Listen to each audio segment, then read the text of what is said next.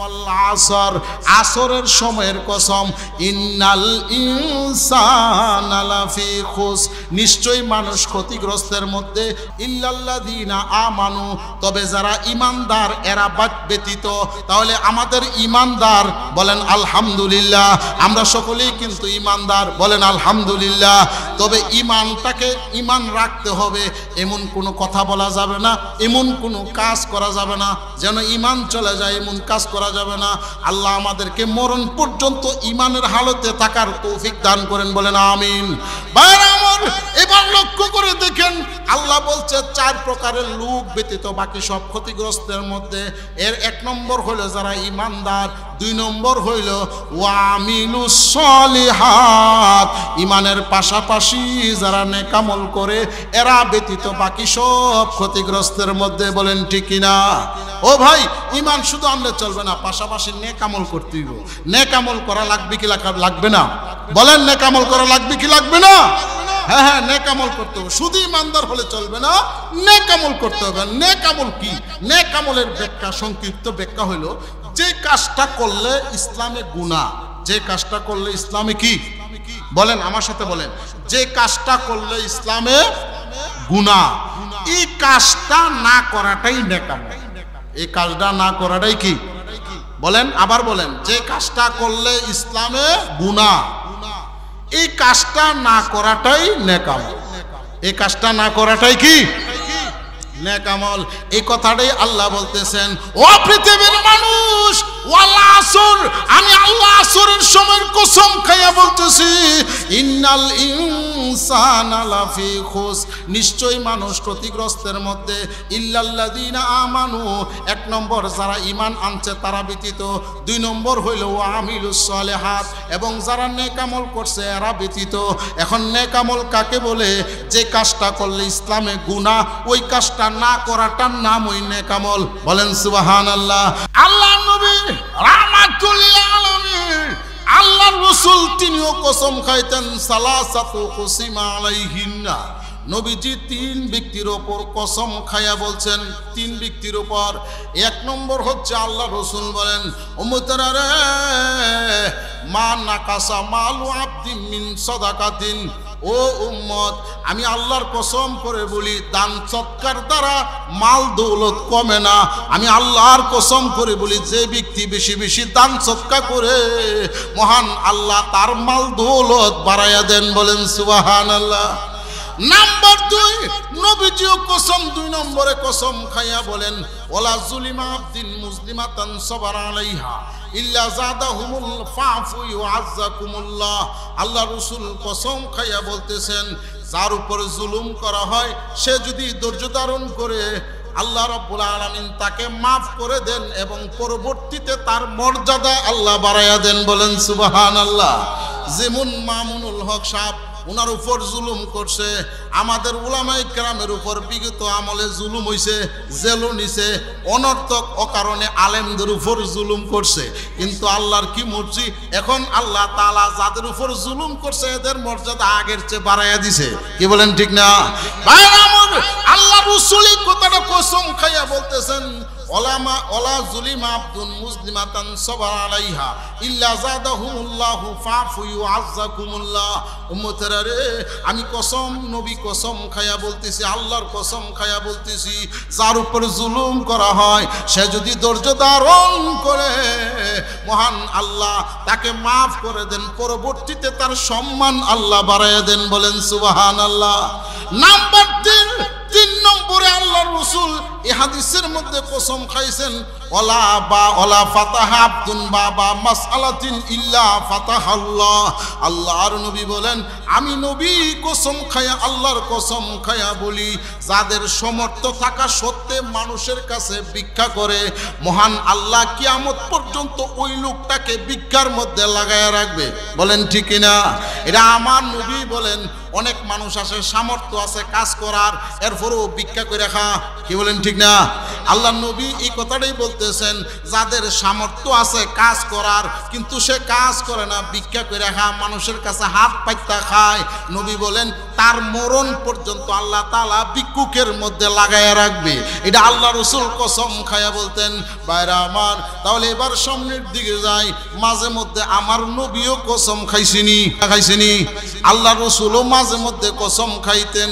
ঠিক তেমনি ভাবে আমার আল্লাহ কসম খাইয়া বলতেছেন ওয়াল আসর, আমি আসরের কসম খাইয়া বলি, আসরের সময়ের কসম, ইন্নাল ইনসানা লাফি খুসর, নিশ্চয় মানুষ ক্ষতিগ্রস্তের মধ্যে, ইল্লা, চার প্রকারের লোক ব্যতীত। এবার আসুন, চার প্রকারের লোকগুলি কারা? এক নম্বর হলো আল্লাযীনা আমানু, যারা ঈমানদার তারা ব্যতীত বাকি সব ক্ষতিগ্রস্তের মধ্যে। বলেন ঠিক কিনা? ঈমানদার ব্যতীত সবাই ক্ষতিগ্রস্তের মধ্যে। ভাইরা আমার, আপনি যতই ভালো করে কাজ করেন না কেন, কিন্তু আপনার ঈমান নাই, আপনি জান্নাতে যেতে পারবেন না। কি বলেন ঠিক নেই? আরে ঈমান ছাড়া কি জান্নাতে যাওয়া যাইব?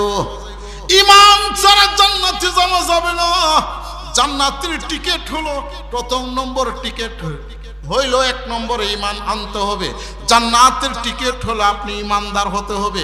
আবু তালেব আল্লাহ রাসূলের চাচা, নবীজিকে সবচেয়ে বেশি আদর করতেন, নবীজিকে মহব্বত করতেন, কিন্তু আবু তালেব ঈমান আনে নাই। জান্নাতে যাইবনি? জোরে কোন যাইবনি? না। তাহলে জান্নাতে যাইতে গেলে আগে ঈমানদার শর্ত, ঈমান আনতে হবে। এখন আসেন, ঈমান কাকে বলে এটা জানার দরকার আছে না নাই?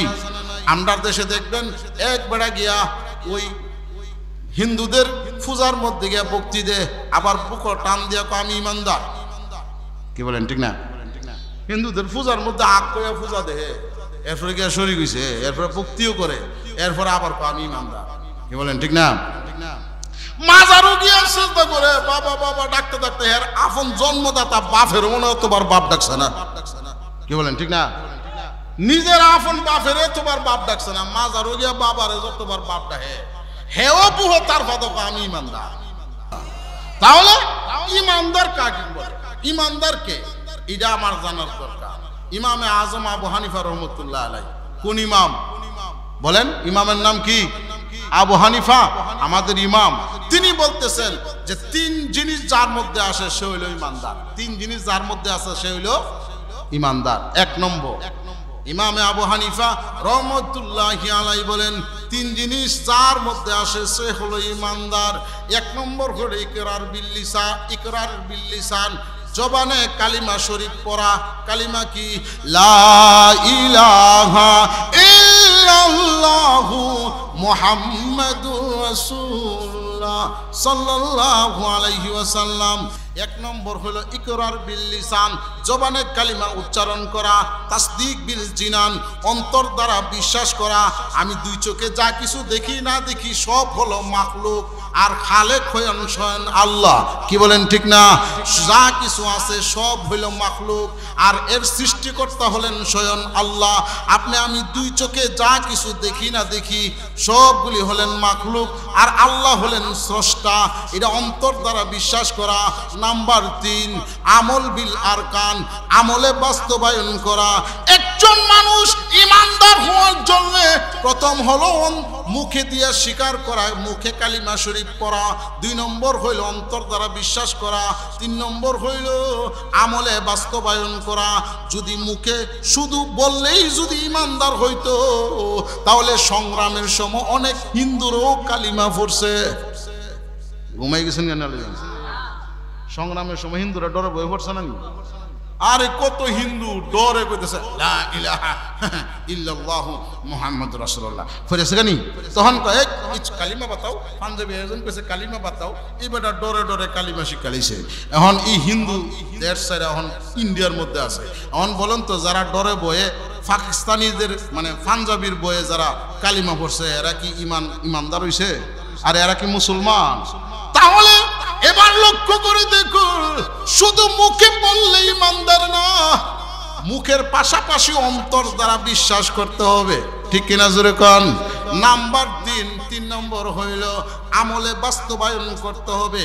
একজন মানুষ সে মুখে ইমানদার, অন্তরেও বিশ্বাস করে, আবার 5 ওয়াক্ত নামাজও পড়ে, আমলে বাস্তবায়ন, তাহলেই সে প্রকৃত ইমানদার।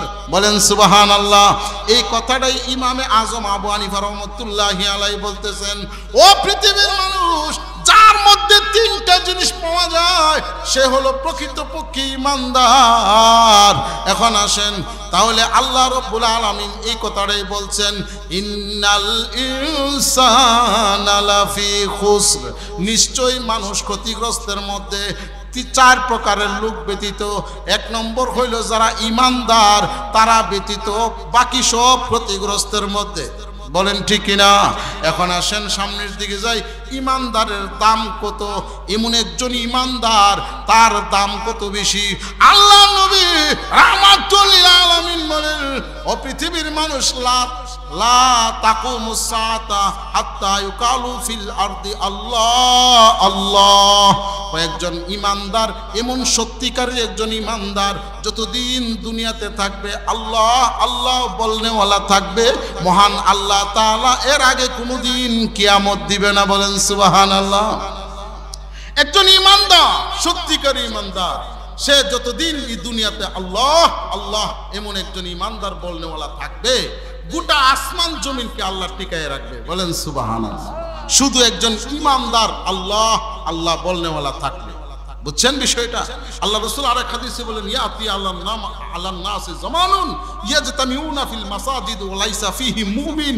আল্লাহ রাসূল বলেন, এমন এক সময় আসবে মসজিদ ভর্তি মুসল্লি, একটারও ঈমান নাই। নাউজুবিল্লাহ কইছেন না? মসজিদ ভর্তি মুসল্লি একজনেরও কি নাই? জোরে কোন? আহা, ইয়াতি আলান নাসি জামানুন ইয়াজতামিউনা ফিল মাসাজিদ ওয়া লাইসা ফিহি মুমিন। মসজিদ ভর্তি মুসল্লি, একটারও ঈমান নাই। এমন এক সময় আইব। আচ্ছা বলেন তো, এমন এক সময় কি আইব না আসছে? আমরার মন আরো বাকি আছে নাকি? এই সময় আইছে না? আমরার ইমান তো এমন যে রাত্রে থাকলে সকালে নাই, সকালে থাকলে বিকালে নাই। কি বলেন ঠিক না? আমরার ইমান এমন না, রাত্রে থাকলে সকালে নাই, সকালে থাকলে বিকালে নাই। এটা বর্তমান আমরার অবস্থা। ইমান করতে থাকতো আর কেমনই বা থাকবো? জিজ্ঞাসা করে কাহা, ওই তো সামনে নির্বাচন, সামনে নির্বাচন না? জিজ্ঞাসা করে চাচা কেউ, ভাতিজা তুমি আইসো? বলে হ্যাঁ। কাহা, আমি তো নির্বাচনী দাঁড়াইছি, আনারস মার্কা। আনারস মার্কা? বলে হ্যাঁ। কাহা, ভোটটা কইলাম আমারে দিবেন, নেন 5000 5000 5000। ও বাতিজা তুমি এটা কিতা কইলা? তুমি আমার বাতিজা না? তোমারও তো আমি অনেক মহব্বত করি, ভোট তো তোমারই দেব, কি চিন্তা করো? 5000 টাকা রাখেন, এটা তো আপনার চা পান খাইয়েন, 5000 টাকা দিছে। এবার তুমি চিন্তা করো না, বাদ গিয়ে ঘুমাইতে হও, আমার ভোট তোমারই দেব। বুঝেন? আর পরের দিন আইছে এক বেড়া, আইছে চেয়ার মার্কা, চেয়ার মার্কা। এই বেড়া চেয়ার মার্কায় বলতেছে, কাহা বাইত নিও? কাহা বাইত দিও। আও কাহা, ভোট করতাম আমারে দিবেন। ক বাতিজা তুমি কি কো? ভোট তো তোমারই দেবো। কোনেও 5000 রাখছে, 5000। ভোট কয়টা? একটা। দিছে কজন রে? 2 জন রে। অন ইমান আছে না গেল? এই হলো আমরার ইমানের অবস্থা। কি বলেন ঠিক না? ভাইরা আমার, লক্ষ্য করে দেখুন, আল্লাহর রাসূল বলেন, উম্মতারা রে,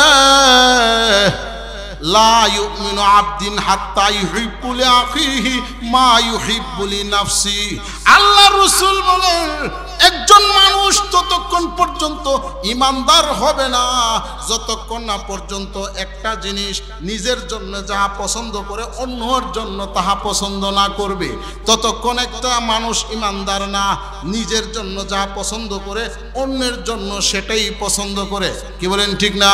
ভাইরা আমার, এই হাদিস দ্বারা আমাদের লক্ষণীয় বিষয় হইল, আমি যেমন চাই না আমার অন্যরা বদনাম করুক, তাহলে আমিও অন্যের বদনাম করব না। আমি যেমন চাই না আমার গীবত অন্যরা করুক, তাহলে আমিও অন্যের গীবত করব না। কি বলেন ঠিক না? এই কথাটাই আল্লাহ রাসূল এই হাদিসটার মধ্যে বলতেছেন যে নিজের জন্য যাহা পছন্দ করে অন্যের জন্য তাহাই পছন্দ করে, তাহলেই সে পরিপূর্ণ ইমানদার। ভাইরা আমার, আমরা দেশে অনেক লোক আছে যে টাকা এটা চলে না, এই ভিক্ষুকরে দেলা টাকা এটা চলে না, থেরাক শুক্রবার আইলে মসজিদের বাক্সর মধ্যে দিলাম। ঘুমাই গেছেন কেন? কি বলেন? এমন লোক নাই নি? হ্যাঁ, এটা চলে না, এটা নিয়ে মসজিদের বাক্স আল্লাহরে দেলা।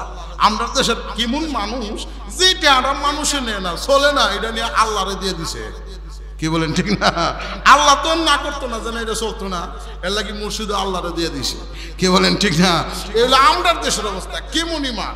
আল্লাহ নবী বলেন, একজন মানুষ তখনই পরিপূর্ণ ইমানদার, সে নিজের জন্য যা পছন্দ করে অন্যের জন্য তাহাই পছন্দ করে, তাহলেই সে ইমানদার।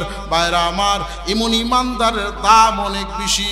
আল্লাহ রাসূল এক হাদিসে বলেন, ইয়াতি জামানুন আলা উম্মতি, উম্মতেরা রে, একজন ইমানদার আমার উম্মতের মধ্যে শেষ জমানার মধ্যে এমন একটা সময় আসবে যে আসাবিরু ফিহিম আলা দীনিহি কাল কাবিদু আলাল জামর। আল্লাহ রাসূল বলেন, আগুনের জ্বলন্ত আংরা হাতের মধ্যে রাখা যেমন কষ্ট হবে, তার চাইতে কঠিন হবে একজন মানুষের ঈমানকে টিকায়া রাখা। কি বলেন? ঠিক না? আরে আগুনের আংরা হাতের মধ্যে রাখা যেমন কষ্ট, এর চাইতে কঠিন কষ্ট মানুষের ঈমান টিকায়া রাখা। এই জমানা কি আসবে না আইছে?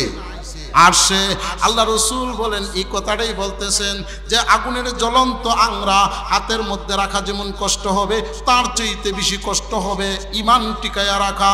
আল্লাহ রাসূল এই হাদিসের ব্যাখ্যায় ওয়াকালা ইবনুল কাইয়ুম জাওজি রাহমাতুল্লাহি আলাইহি, ইবনুল কাইয়ুম জাওজি বলেন, ইযা রাআতিল মালাইকাতু মুমিনান, যখন ফেরেশতারা দেখবে একজন ঈমানদার কদে মাতা আলাল ঈমান, ঈমানের সাথে ওই জমানায় যখন ফেরেশতারা দেখবে একজন ইমানদার ইমানের সাথে তাহার মৃত্যু হইছে, তাহাজ্জাবাত আন সালামাতিহি, জান্নাতীদের ফেরেশতারা দৌড়ায় আইসা ইমানদারের রূহটাকে স্বাগতম জানাইয়া হাতের মধ্যে নিবে। আল্লাহ রাসূল বলেন, উম্মতরা রে, ও সাহাবীরা শুনো, লাহু আজরুন খামসিনা মিনকুম। আল্লাহ রাসূল বলেন, ও সাহাবীরা, ওই জমানার মধ্যে একজন ইমানদার একটা নেক আমল করলে তোমাদের 50 জনের সওয়াব একজনকে দেওয়া হবে। বলেন সুবহানাল্লাহ। ও মিয়া, বর্তমান সময়ে আমরা একটা নেক আমল করলে সাহাবীদের 50 জনের সওয়াব আল্লাহ আমাদেরকে একজনকে দান করবে। বলেন সুবহানাল্লাহ। এই কথাটাই আল্লাহ রাসূল বলতেছেন, ও সাহাবীরা ভালো করে শোনো, আখির জমানার উম্মতের কত দাম, আখির জমানার উম্মতের ইমানদারের কত দাম। আল্লাহ নবী আরেক হাদিসে বলেন, উম্মতেরা রে, একজন ইমানদারের কত দাম ভালো করে শোনো। একজন ইমানদার আল্লাহর নবীর এক সাহাবী, ওনার নাম হচ্ছেন উসামা ইবনু যায়েদ রাদিয়াল্লাহু আনহু। উসামা ইবনু যায়েদ নবীজির পালক পুত্রের ছেলের ঘরের নাতি। উসামাকে আল্লাহ রাসূল এক জায়গায় একটা যুদ্ধের ময়দানে উনাকে প্রধান সেনাপতি বানাইয়া উনাকে দায়িত্ব দিয়া যুদ্ধের ময়দানে পাঠাইছেন। উসামা সেনাপতি হইয়া অনেকগুলি সাহাবীদেরকে নিয়ে গেলেন ওই এলাকায় যুদ্ধ করার জন্যে। আল্লাহ রাসূল বলেন, এলাকাটা হলো বেবিচারী এলাকা, 2 নম্বরই কাম করে টাকার মাধ্যমে, এরা ইমানদার না ইহুদি। আল্লাহ রাসূল বলছেন, এদেরকে প্রথমে গিয়া দিনের দাওয়াত দিবা, যদি তারা ঈমান গ্রহণ করে যুদ্ধ কইরো না, যদি ঈমান গ্রহণ না করে এদের উপর আক্রমণ করবা। উসামা ইবনু যায়েদের নেতৃত্বে একদল সাহাবীদেরকে ওই জায়গায় গেছে। যাওয়ার পরে উনি প্রথম দিনের দাওয়াত দিছে, কালিমার দাওয়াত দিছে। ওই এলাকার বেবিচারী লোকগুলা দিনের দাওয়াত মানে নাই। উসামা এদের উপর সাহাবীদেরকে নিয়ে আক্রমণ চালাইছে, তুমুল যুদ্ধ চলছে, এমন ভাবে যুদ্ধ লাগাইয়া দিছে। এই যুদ্ধের মাঝখানে একজন বেঈমান সে কালিমা পড়তেছে, লা ইলাহা ইল্লাল্লাহু মুহাম্মাদুর রাসূলুল্লাহ, সে কালিমা পড়ে ফেলছে। এখন উসামা বলতেছে, এই মুহূর্তে যুদ্ধ থামানো সম্ভব না, যুদ্ধ লাগিয়ে গেছে। এরপরে আল্লাহ রাসূল এই ঘটনাটা শুনে বলতে, উসামা রে, যুদ্ধ থামানো সম্ভব না, ঠিক আছে, তবে ওই লোকটা যে কালিমা পড়লো, ওই কালিমার দাম কত জানুনি? 100 বছর কাফেরও যদি কালিমা পড়ে, এই কালিমাটার খাতিরে আল্লাহ পিছনের সব গুনাহ মাফ করে দেই। তাহলে এই কালিমার দাম আছে না নাই? কালিমার কিন্তু অনেক দাম। এই যে লা ইলাহা ইল্লাল্লাহ মুহাম্মাদুর রাসূলুল্লাহ, এটার দাম কিন্তু অনেক বেশি, কিন্তু আমরা এটার কদর বুঝি না। কি বলেন? ঠিক না? মুসা নবী, ওনার নাম শুনছেন? মুসা নবীর নাম শুনছেন না? মুসা নবী আল্লাহকে বলতেছে, আল্লাহ আমাকে এমন একটা কালিমা দেন যেটা জপলে, এমন একটা তসবিহ দেন যাহা জপন করলে আপনার নৈকট্য হাসিল করতে পারে। তো আল্লাহ বলতেছে মুসা পড়ো লা ইলাহা ইল্লাল্লাহ। তখন মুসা নবীকে আল্লাহ, এটা তো কমন একটা জিকির, আনকমন, যেটা অন্যরে দিছেন না, হিডা আমারে দেন। তো আল্লাহ কো, তুমি কমন আর আনকমন কি বুঝলা? ও মুসা, তুমি কি জানো না 7 আসমান 7 জমিনকে যদি এক পাল্লায় রাখা হয়, আর এই লা ইলাহা ইল্লাল্লাহ কালিমাটা যদি অপর পাল্লায় রাখা হয়, তাহলে কালিমার পাল্লাই ভারী হয়ে যাবে। তাহলে এই কালিমার দাম আছে না নাই? একটু জোরে কোন আছে না নাই? বাইরা আমার, শুধু তাই না, আল্লাহ রসুলের দরবারে একটা যুবক আসা যাওয়া করতো, ইহুদি যুবক। আল্লাহ নবী, বিশ্ব নবী রাহমাতুল আলামিন, আল্লাহ নবীর দরবারে একটা যুবক আসা যাওয়া করতো, সে ছিল ইহুদি। হঠাৎ করে 2-3 দিন আয়ে না। আল্লাহ রসুল বলতেছেন, ও সাহাবীরা, ওই যে যুবকটা, ইহুদি যুবকটা আসতো, সে এখন কয়দিন ধরে আসতেছে না, তার কি অবস্থা? এমনি সাহাবীরা বললেন, ইয়া রাসূলুল্লাহ, যুবকটা অসুস্থ হয়ে গেছে, বিছানায় পড়ে গেছে, মনে হয় মারা যাবে। আল্লাহ রসুল তার বাড়িতে গেছেন, গিয়া বলতেছে, যুবক রে, তুমি আমার দরবারে আসা যাওয়া করছো, ঈমান আনো নাই, তুমি এখন পড়ো লা ইলাহা ইল্লাল্লাহু মুহাম্মাদুর রাসূলুল্লাহ। কিন্তু যুবকটা বিছানা থেকে তার বাবার দিকে এরকম ভাবে ঘুরায় ঘুরায় তাকায়, বলতেছে বাবা অনুমতি দেওয়ার জন্যে। তখন এই যুবকের বাপে অনুমতি দিলেন যে বাবা তুমি পড়ো লা ইলাহা ইল্লাল্লাহ। ওই যুবকটা মুমূর্ষু অবস্থায় বিছানায় শুয়ে থাকা অবস্থায় পড়লেন লা ইলাহা ইল্লাল্লাহু মুহাম্মাদুর রাসূলুল্লাহ। সাথেই সাথে কালিমা পড়ার পরে তার রুহটা চলে গেছে। আল্লাহ রসুল কই, শুনো এই কালিমার কত পাওয়ার। এই যুবক কিন্তু এক ওয়াক্ত নামাজও পড়ছে না, জীবনে কোনোদিন রোজাও রাখছে না, সে ছিল ইহুদি, কিন্তু মরণের আগে কালিমা পড়ার কারণে যুবকরে আল্লাহ জান্নাত দিয়া দিছে। তাহলে বলেন, এই কালিমার দাম কম না বেশি? আরে কম না বেশি? এক আল্লাহর ওলি রাত্রিবেলা নামাজ পড়তেছে, বুঝেন, নামাজ পড়তেছে, তাহাজ্জুদের নামাজ। এখন এই মাসকান্দা সুর ঢুকছে। কি ঢুকছে? একটু জোরে কর। সুর সুর সুর যখন ঘরের ভিতরে ঢুকছে, গিয়া দেহে মালিকে, আল্লাহর ওলি মানুষ, এই বেটা নামাজও হারিয়েছে। আর এই বেটা নামাজ যে শুরু করছে, একেবারে লম্বা সূরা ইয়াসিন সূরা দিয়া, বুঝছেন, এই সূরা দিয়ে নামাজ শুরু করছে। এখন সুরে চিন্তা করে দেখছে, এই বেটা যে লম্বা সূরা দিয়া নামাজ শুরু করছে, এই নামাজ শেষ করতে করতে আমি সবই নিতে পারুম, বুঝলেন। 2 রাকাতের নামাজ ফিরাইয়া সালাম ফিরাইতে ফিরাইতে এই সুরে ঘরের সব লয়ে গেছে। এই বেড়া আসসালামু আলাইকুম রহমতুল্লাহ, আসসালামু আলাইকুম রহমতুল্লাহ, সালাম ফিরাইয়া বলতেছে আলহামদুলিল্লাহ। আপনারা বলেন আলহামদুলিল্লাহ। একবার জিঙ্গা সুরে মাল লয়ে গেছে গা, তুমি কো আলহামদুলিল্লাহ, এটা কিতাব আল্লাহ বুঝলাম না। পারে মিয়া শুনো, ইন্না লিল্লাহ আল্লাহ হইলে পারে না, বলে কেন? যে আলহামদুলিল্লাহ পড়ছি, আমার ঘরে যে সুর আইছে, আর আমরা কইলাম সুর রে সুর সুর, কি বলেন ঠিক না? আমরা হইলে তুই তুই কইতা, কিন্তু হে বেড়া সুর রে না কইয়া নামাজও ছাড়ছে না, পড়তেছে আলহামদুলিল্লাহ। কেন? আমার ঘরে যে সুর ঢুকছে, সুর ঢুকে আমার মাল নিছে, যদি শয়তান আইতো তো আমার ইমানটা লয়ে যাইতো। সুবহানাল্লাহ কইতেন না? পরে আমার ঘরে যে সুর ঢুকছে এজন্য আলহামদুলিল্লাহ পড়ছি, যদি শয়তান আইতো তো আমার ইমান লয়ে যেত। কি বলেন ঠিক না? ভাইরা আমার, একটু লক্ষ্য করে দেখেন, আগের যুগের মানুষের কথার কত দাম, আগের যুগের মানুষ তাদের কথার কত দাম, তাদের ইমানের কত দাম। আর আমরার যুগের মানুষের ইমান নাই, ইমানের কোনো দাম নাই। বাফে ক্ষেত বিচ্চা গেছে, ফুতের আমলে কাউলা দেয় না। কি বলেন ঠিক না? আরে বাফে হেদ বিচ্চা গেছে, সন্তান এখন কাউলা দেয় না। বাপে মুর্শিদের নামে জায়গা দিয়ে গেছে, সন্তানকে আমি এখন জায়গা দিতাম না। কি বলেন ঠিক না? আগের যুগের মানুষের ইমানের কত দাম। বাপে টাকা নিছে, কোনো ঘটনা কমে মরে গেছে গা, সন্তান কিন্তু জানে বাপে যে মুখেতে 1 লাখ টাকা আনছে, কিন্তু বাপ মারা যাওয়ার কারণে হঠাৎ মারা গেছে। এখন সন্তানকে আমার বাপেরে মরার পরে গিয়ে দৈর আমি এখন টাকা দিতাম না। কি বলেন ঠিক না? বর্তমানে আমাদের ইমানের অবস্থা হলো এরকম যে মুহূর্তের মধ্যে পোল্ট্রি মারে, মুহূর্তের মধ্যে পোল্ট্রি বাস হয়ে গেছে। এই হলো আমরার এখন বর্তমান ইমানের অবস্থা। কি বলেন ঠিক না? ভাইরা আমার, সাবধান। আল্লাহ এই কথাটাই বলতেছেন, ওয়াল আসর, আসরের সময়ের কসম, ইন্নাল ইনসানা লাফি খুস, নিশ্চয়ই মানুষ ক্ষতিগ্রস্তের মধ্যে, ইল্লাল্লাযীনা আমানু, তবে যারা ইমানদার এরা ব্যতীত।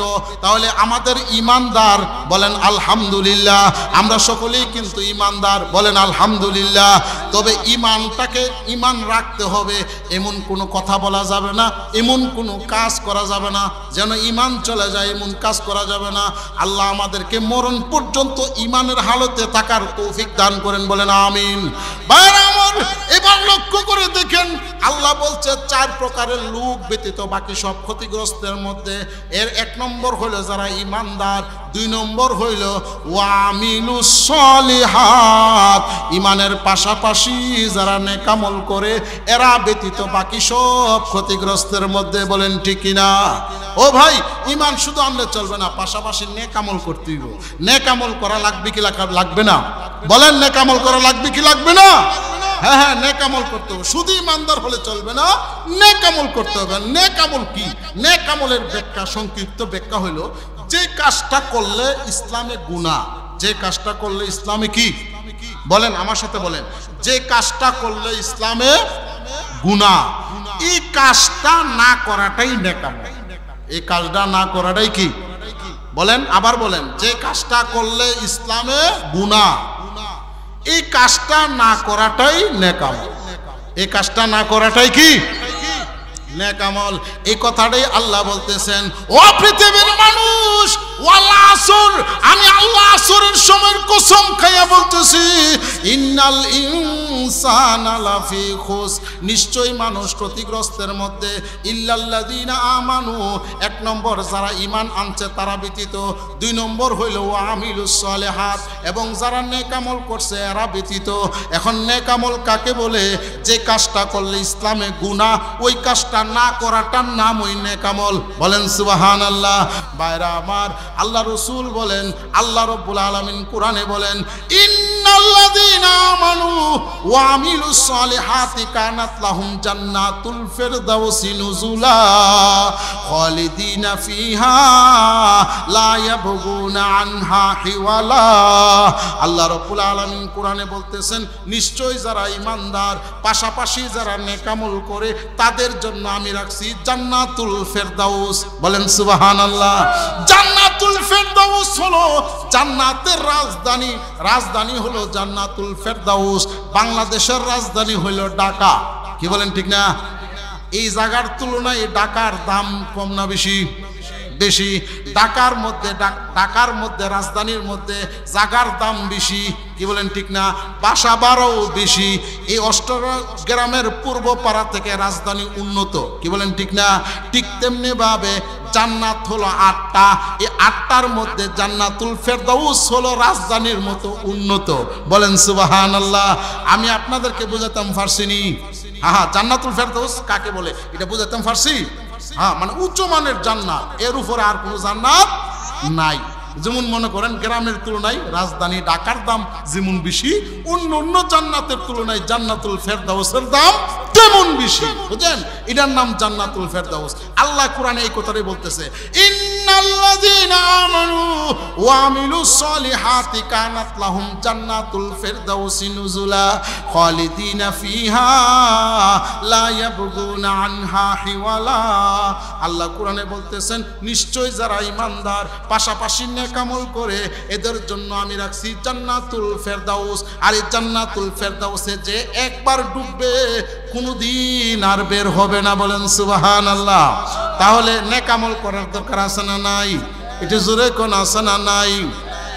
আল্লাহ রাসূল এক হাদিসে বলেন মিন আউয়ালিল খালকি ইলা ইয়াউমাল কিয়ামাতি ওয়া হুয়া সাজিদুন। আল্লাহ রাসূল হাদিসে কুদসি আল্লাহ রাব্বুল আলামিন বলেন, ওগো নবীজি, আমার এমন প্রাণী আছে, এমন মাখলুক আছে, তাকে আমি সৃষ্টি করার পর থেকে সে সেজদারত অবস্থায় আছে। বলেন সুবহানাল্লাহ। মানে এমন ফেরেশতা আছে, আল্লাহ তাকে বানাইছে, বানানোর পর থেকে সে যে আল্লাহর নামে সেজদা দিছে এখনো সেজদাতেই আছে। বলেন সুবহানাল্লাহ। এমন ফেরেশতা আছে, বুঝছেন? আল্লাহ বলেন, ওগো নবীজি, হাদিসে কুদসি আল্লাহ বলতেছেন মিন আউয়ালিল খালকি ইলা ইয়াউমাল কিয়ামাতি ওয়া হুয়া সাজিদুন। ওগো নবীজি, আপনি আপনার উম্মতদেরকে জানিয়ে দেন, আমার ইমনু সৃষ্টি আছে, ফেরেশতা আছে, আমি তাকে বানানোর পরে সে সেজদারত অবস্থায় আছে, এখনো আছে। লা ইয়ালতাফিতু ওয়া লা ইয়াকফুর। আল্লাহ বলতেছেন এমনও ফেরেশতা আছে, সেজদা যে দিছে সে কোনোদিন আর সেজদা থেকে মাথা উঠায় নাই। লা তরফাতা আইন, সে কোনোদিন মাথা উঠাইয়া এদিক সেদিক তাকায়ও নাই। যখন ইসরাফিল সিংহা ফু দিবে, ফু দেওয়ার পরে সে মাথা উঠাইয়া বলবে, ইয়া রব্বি ইয়া আল্লাহ মা সাজাদনাকা হাক্কা সুজুদ। আল্লাহ, আমার সেজদাটা তোমার শান অনুযায়ী হয় নাই। বলেন সুবহানাল্লাহ। চিন্তা করছেন, আল্লাহ এমন ফেরেশতা বানাইছে সে সেজদারত অবস্থায়, কিয়ামতের সিংহা ফু দিলে হে উঠে গো, আল্লাহ তোমার শান অনুযায়ী আমার সেজদাটা হইছে না। আর আমরা 2 রাকাত নামাজ পড়ালা 1 মিনিটে। কি বলেন, ঠিক না? কিভাবে নামাজ পড়ে? আরে আমরা যদি দেখাইতাম পারতাম 4 রাকাত নামাজ পড়ালা 2 মিনিটে। কি বলেন, ঠিক না? আমরার সেজদার কিমন সেজদা, আর ওই ফেরেশতা এখনো সেজদাতে আছে। এরপর উঠটা কইব, আল্লাহ তোমার শান অনুযায়ী আমার সেজদাটা হয় নাই। বলেন সুবহানাল্লাহ। তাহলে আমরা মানুষ কই আছি আর ফেরেশতা কই আছে? দেখছেন নি অবস্থাটা? ভাইরা আমার, লক্ষ্য করে দেখুন। 2 নম্বর হলো আল্লাহ বলতেছেন ওয়া আমিলুস সালিহাত। 2 নম্বর হলো যারা আমলে সালেহ, নেক আমল করে। এখন বলেন তো, নেক আমল করার দরকার আছে না নাই? একটু জোরে কোন। আমা মিন শাইইন মিনাল মাখলুকাতি ইল্লা ইউসাব্বিহু বিহামদি রাব্বিক। আল্লাহর নবী আরেক হাদিসে বলেন, দুনিয়ার মধ্যে যত মাখলুক আছে সমস্ত মাখলুকে আল্লাহ নামের তাসবিহ জপে। বলেন সুবহানাল্লাহ। এই যে পিঁপড়া হাঁটতেছে, পিঁপড়া মাটির মধ্যে, এটাও কিন্তু আমার আল্লাহর জিকির করে। এই যে মুরগির বাচ্চা, এখানে ওই যে মুরগির বাচ্চা দেখা যায় যে, হ্যাঁ বলেন সুবহানাল্লাহ। এই যে মুরগির বাচ্চা, ভাই এই মুরগির বাচ্চার ভাষা আমরা বুঝি না, মুরগির বাচ্চাটাও আল্লাহ নামের তাসবিহ জপতেছে। ওলিল্লাহি ইউসাব্বিহু লিল্লাহি মা ফিস সামাওয়াতি ওয়াল আরদ। আল্লাহ কোরআনে বলেন, ওগো নবীজি আপনি জানায় দেন, এই পৃথিবীতে যত মাখলুক আছে সবাই আমি আল্লাহর নাম ডাকে। বলেন সুবহানাল্লাহ।